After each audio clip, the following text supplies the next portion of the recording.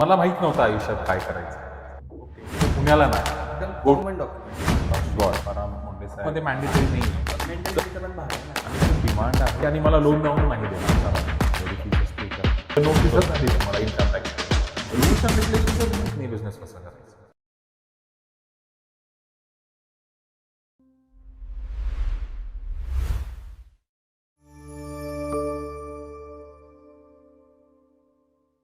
नमस्कार मित्रांनो, माझं नाव आहे ओमकार आणि आज आपल्यासोबत आहेत मिस्टर बोदे, जे की एक CS आहेत, कंपनी सेक्रेटरी. त्यांना जवळपास 3 वर्षांचा एक्सपिरियन्स आहे ॲज अ CS. हाय नमस्कार everyone. Hello Omkar, how are you? Good. Thank you for inviting me to your first sir, podcast. माझा पहिला हा प्रश्न आहे की तुम्ही CSच का निवडलं? Okay, good question. खरं खरं सांगायचंय का? नाही, आता तुम्ही स्क्रिप्ट देऊ का तुम्हाला? So it's a good question actually. Frankly speaking म्हणजे मी जर खरं सांगायला जाऊ, मला माहित नव्हतं आयुष्यात काय करायचंय. ठीक आहे. सो 10th झाली, स्कोर्ड लाईक 80% ऑर समथिंग. मला करायची होती engineering, but for some reasons कॉमर्सला ॲडमिशन घेतलं 11th आणि काय करायचं 11th लातूरचा मी तसा. तर शाहू कॉलेज नावाचं खूप फेमस कॉलेज आहे पूर्ण महाराष्ट्रामध्ये. तिथे CA चालू केलं ॲक्च्युली मी. हे सगळे CA करत होते, चार्टर्ड okay. अकाउंटंट या. तर तिथे क्लासेस लावले येणार आणि CAची जी एंट्रन्स एक्झाम असते CPT ती मी 2दा फेल झालो for few marks. Okay.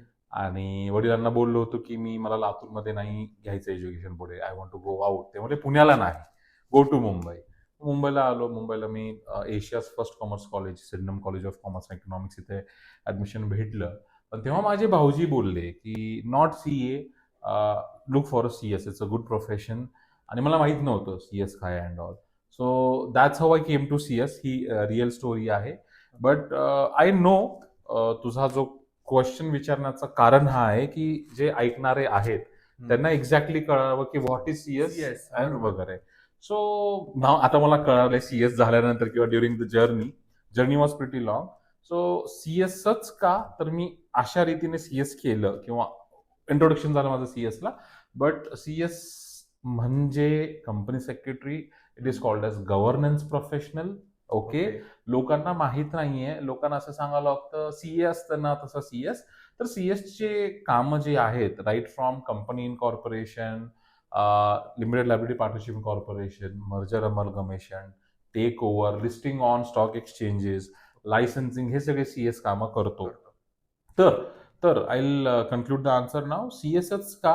Because CS is a growing profession आणि सध्या मार्केटमध्ये फक्त 80,000 CS आहेत. त्यापैकी फक्त few thousands are into practice, बाकी सगळे जॉबमध्ये आहेत आणि खूप डिमांड आहे. CSचं काम चालू होतं ऍक्च्युली LLP किंवा प्रायव्हेट लिमिटेड पासून. CA सारखं नाहीये. CAचं इंडिव्हिज्युअल पासून काम चालू होतं. ओके. तेव्हा आम्ही ITR करू तुमचं, इंडिव्हिज्युअलचं ITR. बरोबर. CSचं काम चालू होतं डायरेक्ट कॉर्पोरेट पासून. तर हे कॉर्पोरेट लेवलचं प्रोफेशनल आहे. खूप एक्सपोजर आणि खूप स्कोप आहे. आणि CA अपॉइंट करणं एका कंपनीमध्ये मॅन्डेटरी नाहीये. पण जर 10 करोडच्या वरती कंपनीचं कॅपिटल असेल तर कंपल्सरी CS एक सिटिंग CS ऑफिसमध्ये पाहिजे. ओके. असं त्याच्यामुळे त्याच्यात जॉब पण आहेत. जॉब पण आहेत भरपूर अँड ऑल. आणि खूप चांगलं profession and respectable profession. So this is how the answer to your first question. I am sorry जर खूप लॉंग आन्सर झाला असेल तर. नाही, बरोबर आहे. तर एखादा नवीन फाउंडर आहे जो स्टार्टअप त्याला सुरू करतो, तर त्याला एक बेसिक कोणते डॉक्युमेंट्स आहेत की जे एकदम स्टार्टिंग लेवलला त्याला पाहिजे त्याच्याकडे, एकदम common documents? Got it. See आता कसं आहे ना, 12वी मध्ये एक सब्जेक्ट असतो कॉमर्सला, OCM, organisation of commerce and management, हा सब्जेक्ट असतो. आणि SP पण असतो, सेक्रेटरी प्रॅक्टिस. तर OCM या सब्जेक्टमध्ये असं शिकवलं जातं कॉमर्स स्टुडंट्सला की टाइप्स ऑफ बिझनेस ऑर्गनायझेशन, की एखाद्या इंडिव्हिज्युअलला जर बिझनेस स्टार्ट करायचे, बिझनेस करायचे, तर साधनं काय काय आहेत बिझनेस करण्याचे, हा ना. तर फॉर एक्झाम्पल प्रोप्रायटरशिप आपण जे म्हणतो, हु इज इंडिव्हिज्युअल, हा ना. सेकंड इज पार्टनरशिप आहे. मग हिंदू इंडिव्हिडेड फॅमिली आहे, असोसिएशन ऑफ पर्सन आहे, बॉडी ऑफ इंडिव्हिज्युअल्स आहे, ट्रस्ट आहे, सोसायटी आहे, हा ना, सोसायटीज ऍक्ट मधलं. मग त्यानंतर आहे पार्टनरशिप ऍक्ट 1932 मधलं. मग आहे LLP, मग आहे company. So these are the various forms of business organisation, right. So answering your question, की एखाद्या व्यक्तीला बिझनेस चालू करायचा आहे तर त्याला कुठले कुठले बेसिक डॉक्युमेंट्स लागतात. एकदम basic document. Yes, so all this depends on की तो कुठला बिझनेस ऑर्गनायझेशनचा फॉर्म सिलेक्ट करणार आहे. ओके. हा ना. सो फॉर एक्झाम्पल प्रोप्रायटरशिपला मराठीमध्ये मला वाटतं की एकल समथिंग बिझनेस, एकल मतोर समथिंग असं नाव आहे. एकल म्हणजे वन, राईट. हां. आणि कुठलाही बिझनेस जो चालू होतो तो प्रोप्रायटरशिप पासूनच मेनली चालू होतो. चालू. का?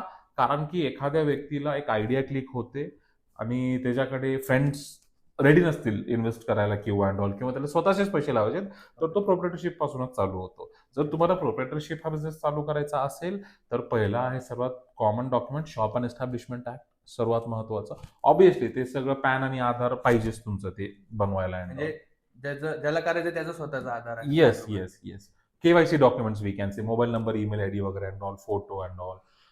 सेकंड डॉक्युमेंट आहे उद्यम एमएसएमई रजिस्ट्रेशन. ते यासाठी मॅन्डेटरी नाही आहे MSME, but it is advisable. कारण की त्याचे काही बेनिफिट्स आहेत. एमएसएमईचे गव्हर्नमेंटचे काही बेनिफिट्स आहेत, काही सूट आहेत वगैरे अँड ऑल, तर दॅट इज रिकमेंडेड.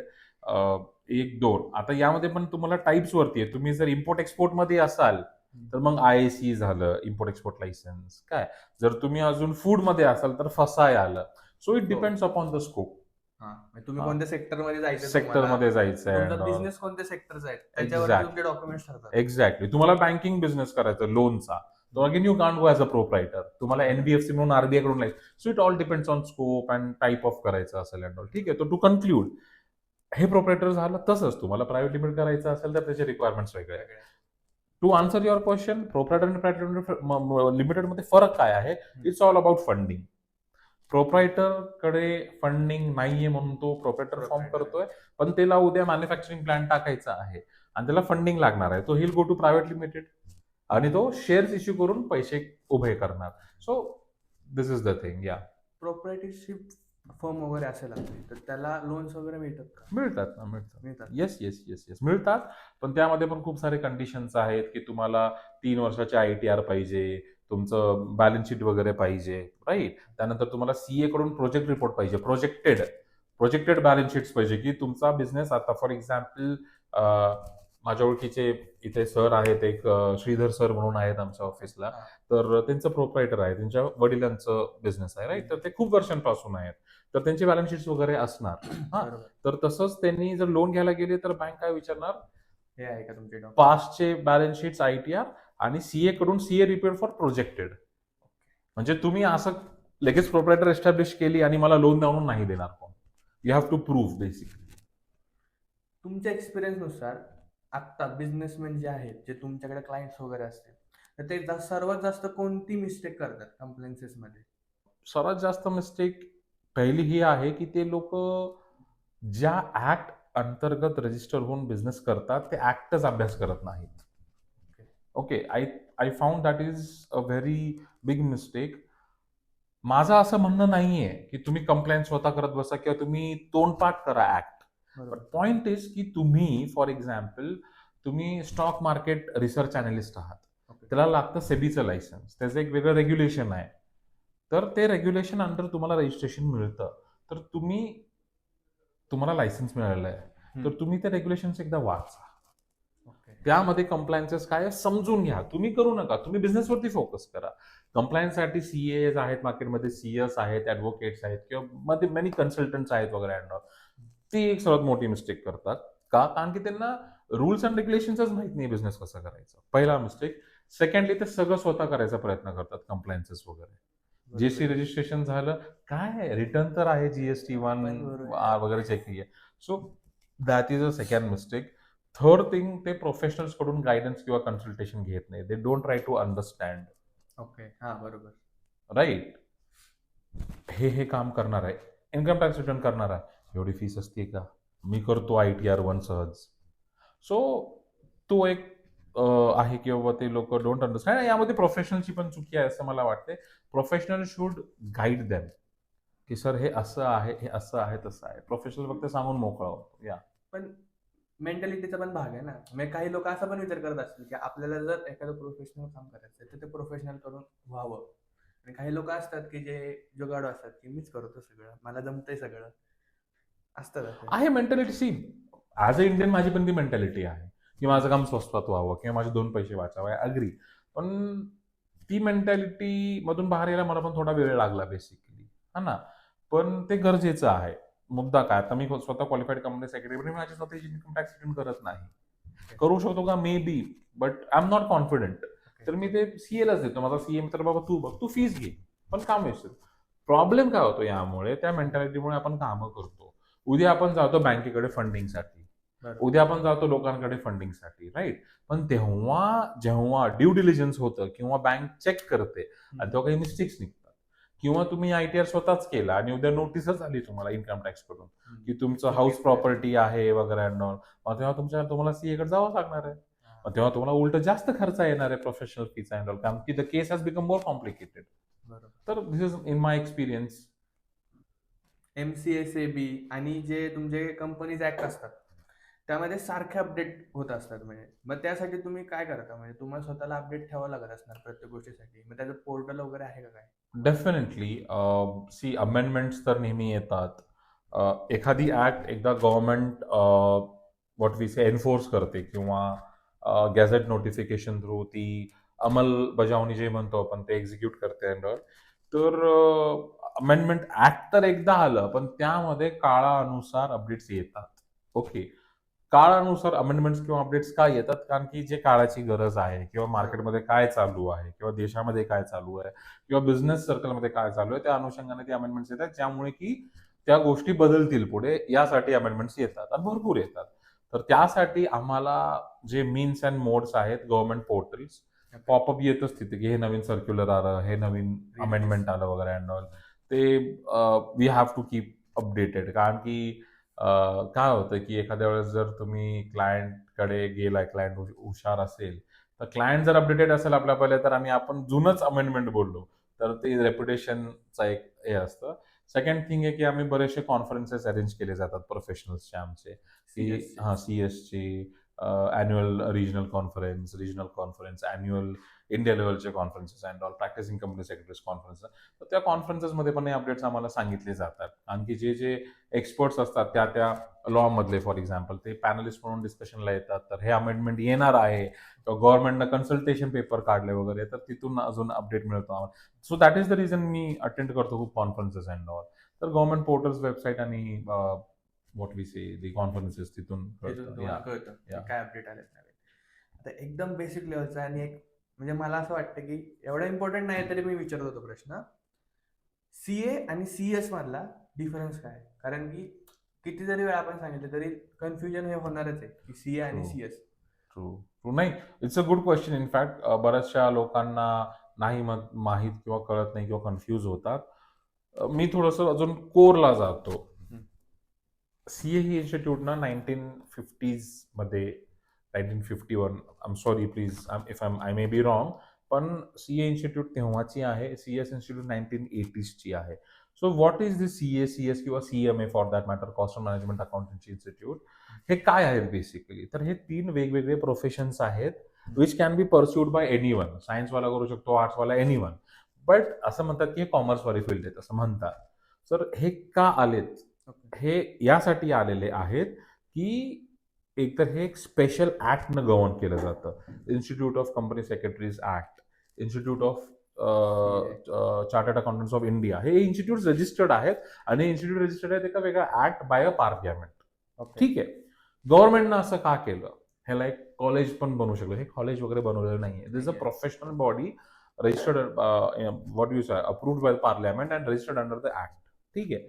गव्हर्नमेंटनं ह्याचं विभाजन केलेलं आहे यासाठी की काम व्यवस्थित व्हावं.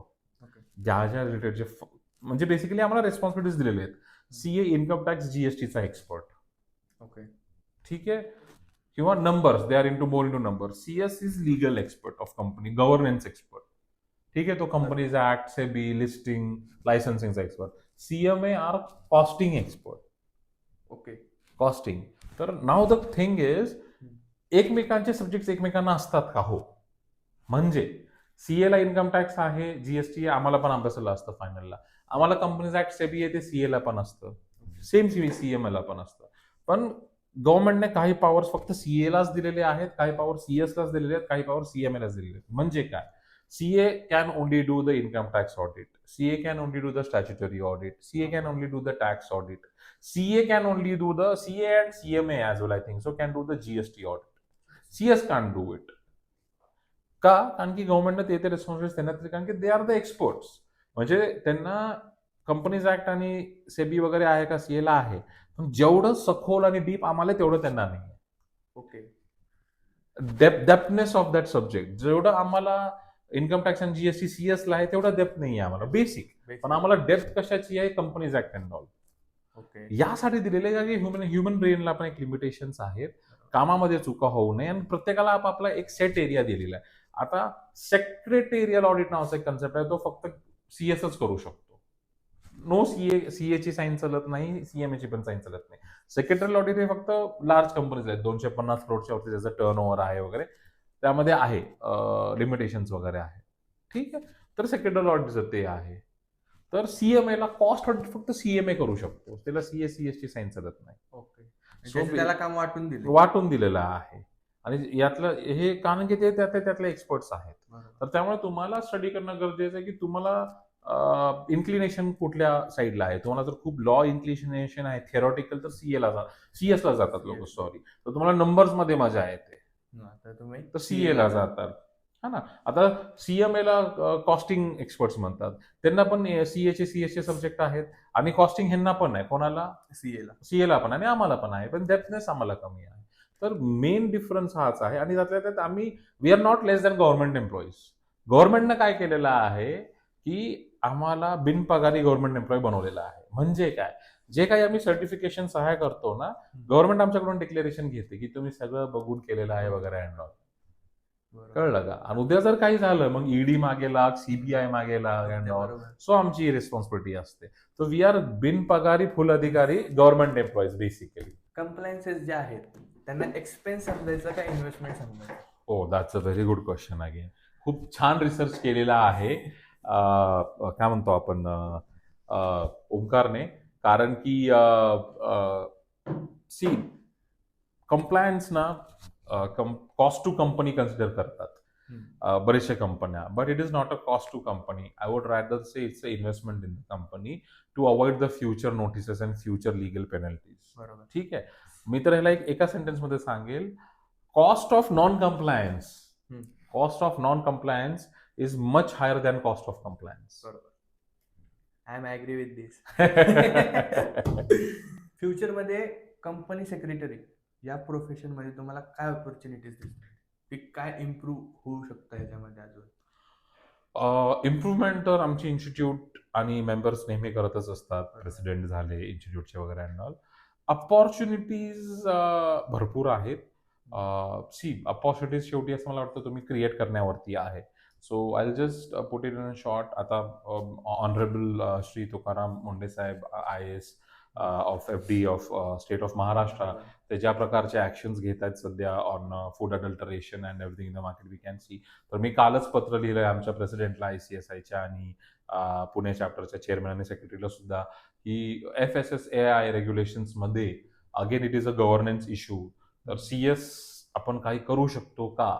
आपण असं मी प्रेसिडेंटला पण इम्प्रुव्हमेंटसाठी, किंवा आपण काही आपले सर्व्हिसेस त्या फील्डमध्ये, मी ऑलरेडी फसायचे लायसन्सिंग वगैरे करतो, राईट. पण त्यामध्ये आपण काही ऑडिट करू शकतो का, किंवा आपण काही कन्सल्टन्सीची कामं करू शकतो का, किंवा मेंबर्सला फसायचे एक सर्टिफिकेट कोर्स वगैरे काही आणू शकतो का, असं मी दिलेलं आहे. So if you ask about the opportunities भरपूर आहेत. RBI मध्ये आहेत, NBFC आहेत, सेबी मध्ये आहेत, लायसन्सिंग मध्ये आहेत, ई वेस्ट मध्ये आहे, EPR नावाचं एक आहे, म्हणजे पोल्युशन कंट्रोल मध्ये आहे. So there are many many many ample of opportunities, but one man can't do everything. So knowledge प्रत्येक गोष्टीचं राहणं गरजेचं आहे, आणि you have to have a team.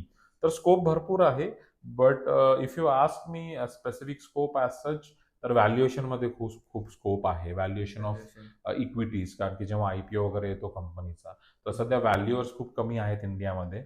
आणि त्यातल्या त्यात CA व्हॅल्युअर्स भरपूर आहेत, पण CS व्हॅल्युअर्स खूप कमी आहेत. तर व्हॅल्युएशन मध्ये खूप स्कोप आहे, आणि खूप अपॉर्च्युनिटी आहे. आणि प्रॅक्टिसमध्ये खूप स्कोप आहे, in general practice, rather than going in to job as a CS. तर तिकडे भरपूर स्कोप आहे. जे स्टुडंट CS व्हायचा किंवा CS करायचा विचार करतात आहेत, त्यांना तुमची काय ऍडवाइस राहील? गुरुमंत्र काय राहील? गुरुमंत्र हे राहील, बी फोकस्ड. हम्म. आणि it's not about first attempt, okay, हम्म. बट इट्स अबाउट की लवकरात लवकर पास व्हा. ओके.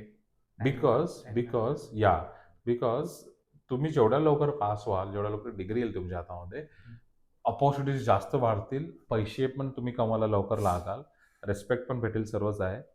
याचा अर्थ असा नाहीये की तुम्ही पास लेट झाला, अटेम्प्ट जास्त लागला तर you are not useful. Because मला स्वतःला 12 अटेम्प्ट 14 अटेम्प्ट लागले फक्त फायनलला.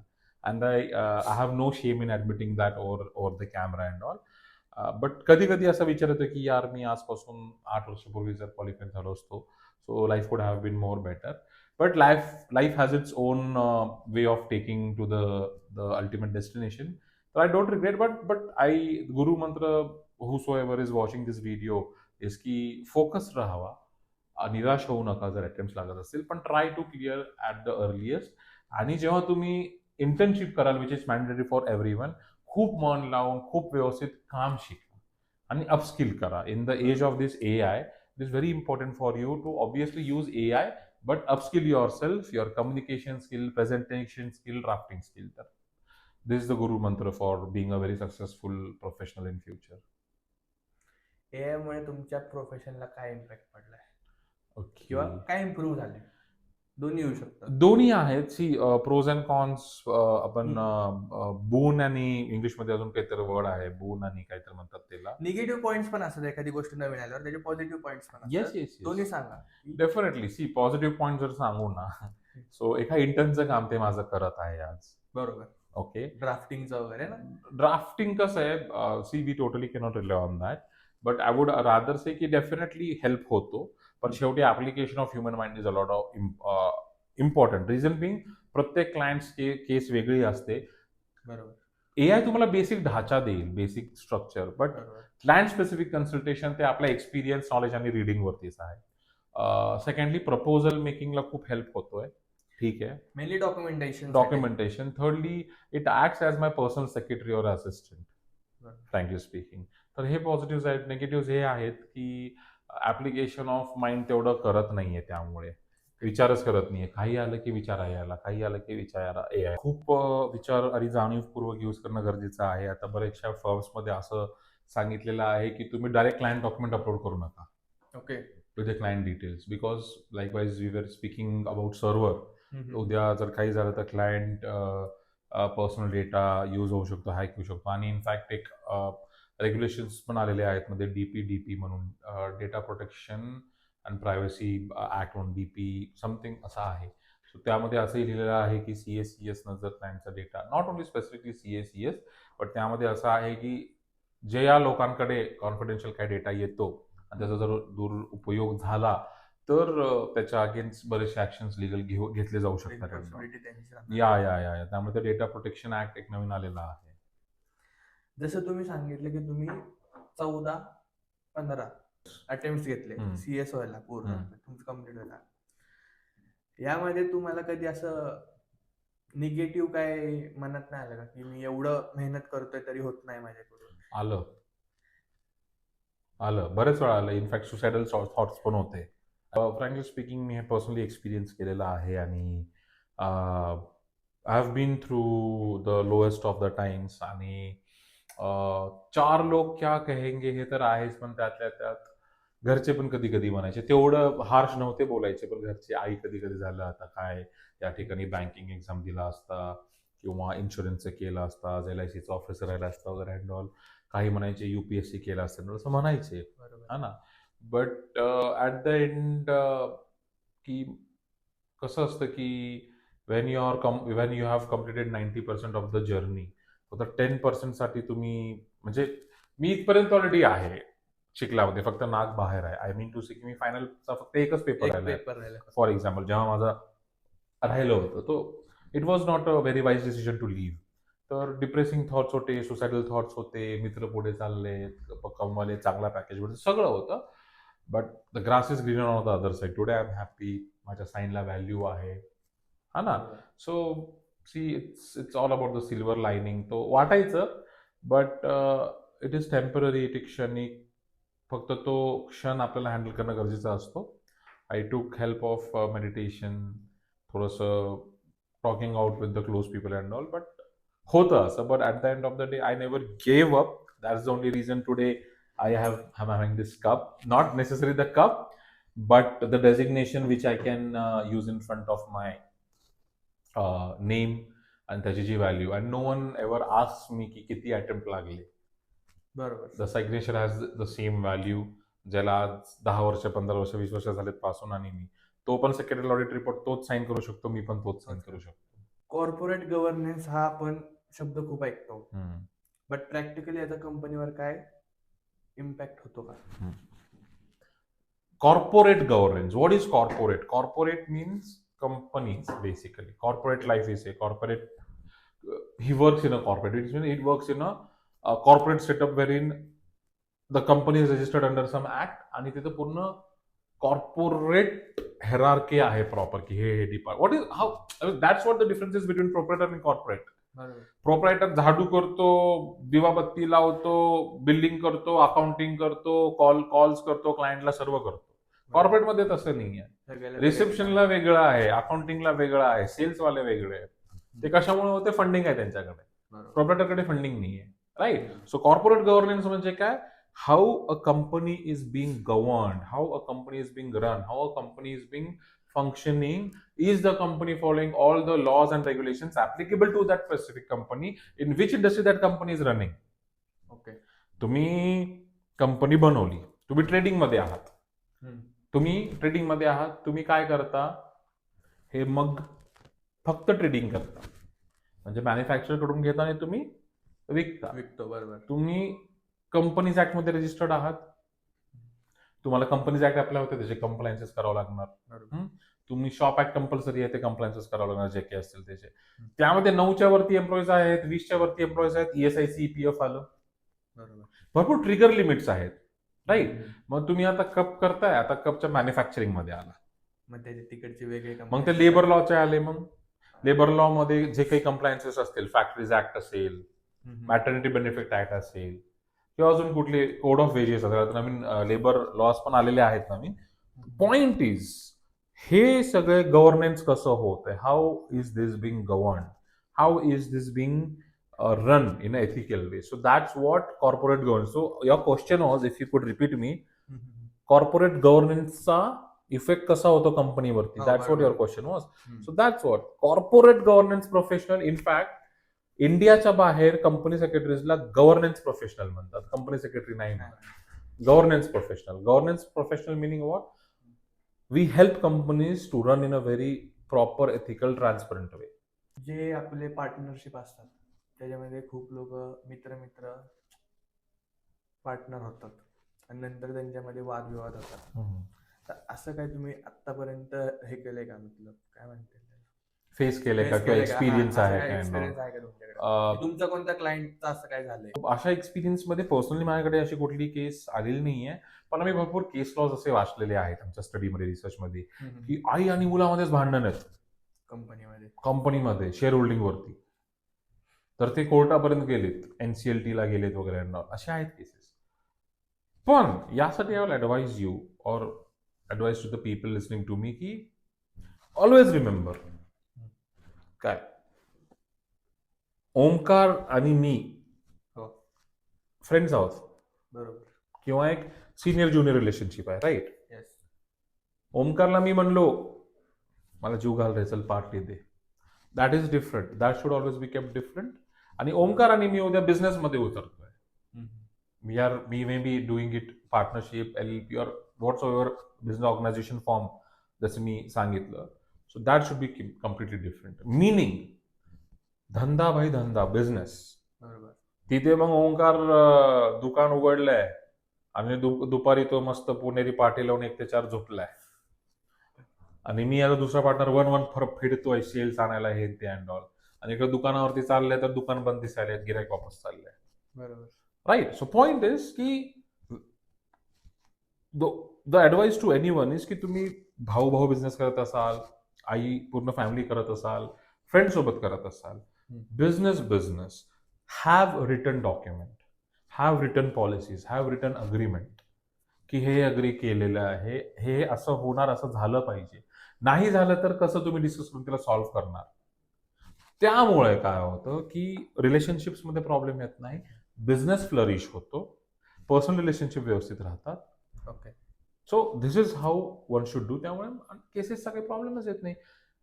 When you be fair in your business Business. Relationships, तेव्हा अशा काही प्रॉब्लेमचा प्रश्न नाही. So I haven't experience any इथं, पण असं मार्केटमध्ये आहे. पण हे अवॉइड करायला हे आहे की आपण बिझनेसच्या वेळेस बिझनेस आणि फ्रेंडशिप आणि रिलेशनशिपच्या वेळेस रिलेशनशिप.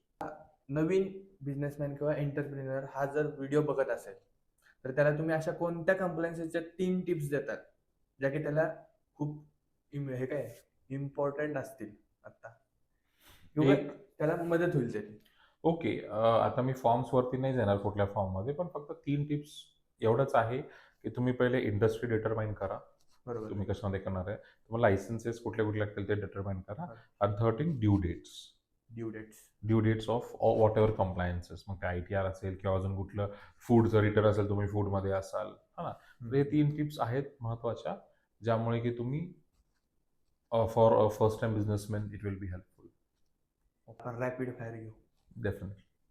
टी की कॉफी? कॉफी. ऑफिस वर्क की field meeting? Combination of both. One quality every company secretary should have? Quality of understanding clients' requirements okay. आणि communication, I would say. Flawless, fluent communication. Success in one word तुमच्यासाठी काय आहे? समाधान. समाधान. One advice for startup founders? One advice for startup founders is don't give up on your dreams, but also keep a reality check of the business model you're into. Penalty notice पाहून काय वाटतं? Penalty notice? पाहून काय वाटतं? अरे एवढे पैसे गव्हर्नमेंटला द्यायचे तर आम्हाला दिला असता तुम्ही, आम्ही टाइमावर केलं असतं काम. आरओसी पोर्टल एका शब्दात डिस्क्राईब करा. वर्डमध्ये डिस्क्राईब करणं not that easy, but Moody बनू शकतो. Moody can be a better word. जर तुम्हाला 1 दिवसासाठी MCA मिनिस्टर बनवलं तर पहिला रोल कोणता चेंज करा? OTP घ्या क्लायंटकडून प्रत्येक गोष्टीला 17 वेळा OTP. भरपूर. तुम्ही तर ऐकतच असता, मी सर OTP सर, माझा इंटर्न पण करत असतो. सो म्हणजे दोघांना पण त्रास आहे ना त्याचा, क्लायंटला पण आहे. ऑब्विसली आता क्लायंटला एका केलो, क्लायंट तो MLA सोबत बसलेला आहे, सर मी आता 10 मिनिट में कॉल करू. So it's awkward, right? डेडलाईनच्या आधी काम करता की डेडलाईनला मोटिवेशन समजता? डेडलाईनच्या आधी काम करायला पाहिजे, पण ते डिसिप्लिन माझ्यामुळे मला लावावं लागेल with a proper what we say compliance calendar. आणि मी ते अग्री करतो, अजून नाही आहे. बट रिमाइंडर्स क्लायंटला डेडलाईनच्या पहिलेच जातात माझ्याकडून, पण क्लायंट डेटाच देत नाही. सो शेवटी ते डेडलाईन म्हणजे डेडलाईनच्या जेव्हा इथं असतं तेव्हाच येतात डेटा. सो रात्री 11 वाजता क्लायंटचा कॉल आला तर काय करता तुम्ही? कॉल उचलता, सायलेंट मोडवर ठेवता का टुमॉरो मॉर्निंग असं काय मेसेज वगैरे टाकून परत झोपी जाता?